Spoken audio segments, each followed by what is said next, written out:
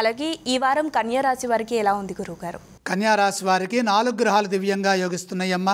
తృతీయంలో చంద్రుడు, లాభంలో కుజుడు, 9లో గురువు, 6లో శని. శుభ ఫలితాలున్నాయి. కాలం సహకరిస్తుంది. ఆశయం నెరవేరుతుంది. మనోబలంతో నిర్ణయాలు తీసుకొని వాటిని అమలు చేయండి. బంగారు భవిష్యత్తుకి బాటలు వేస్తారు. ప్రణాళిక లేకుండా చేసే పనుల్లో ఆటంకాలు ఉంటాయి కాబట్టి ప్రతి విషయాన్ని తొందర లేకుండా లోతుగా ఆలోచించి ధర్మబద్ధంగా వ్యవహరించండి. ముందస్తు ప్రణాళికలు తీసుకోబోయే ముందు ఒక్కసారి కుటుంబ సభ్యులతో సంప్రదించండి. కుటుంబ సభ్యులతో సంప్రదించడం ద్వారా ఆ ప్రణాళికలు శక్తినిస్తాయి. కృషికి తగిన ప్రతిఫలం ఉంటుంది. అదృష్ట యోగం కొనసాగుతోంది. ఆత్మవిశ్వాసంతో నిర్ణయాలు తీసుకొని ముందుకు సాగండి.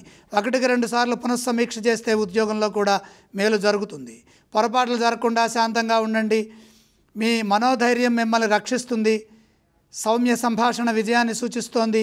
మొహమాటం లేకుండా చక్కగా శాంతంగా ఉండండి. వృత్తి ఉద్యోగ వ్యాపారాల్లో నైపుణ్యాన్ని ప్రదర్శించండి.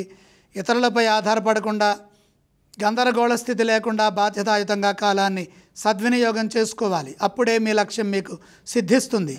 వారాంతంలో మేలు చేకూరుతుంది. ఈ రాశివారు ఏ స్తోత్రం పఠిస్తే బాగుంటుంది? కన్యా రాశి వారు విష్ణు స్మరణ చేయడం మంచిది. అలాగే ఈ వారం కన్యా రాశి వారు ఏ ఆలయాన్ని సందర్శించాలి? లక్ష్మీనారాయణని దర్శించండి. ఏవేవి దానం చేస్తే బాగుంటుందంటారు గురువుగారు ఈ రాశి వారికి? ప్రధానంగా తృతీయంలో బుధగ్రహ సంచారం జరుగుతోంది. పెసలు కొద్దిగా దానం చేయండి.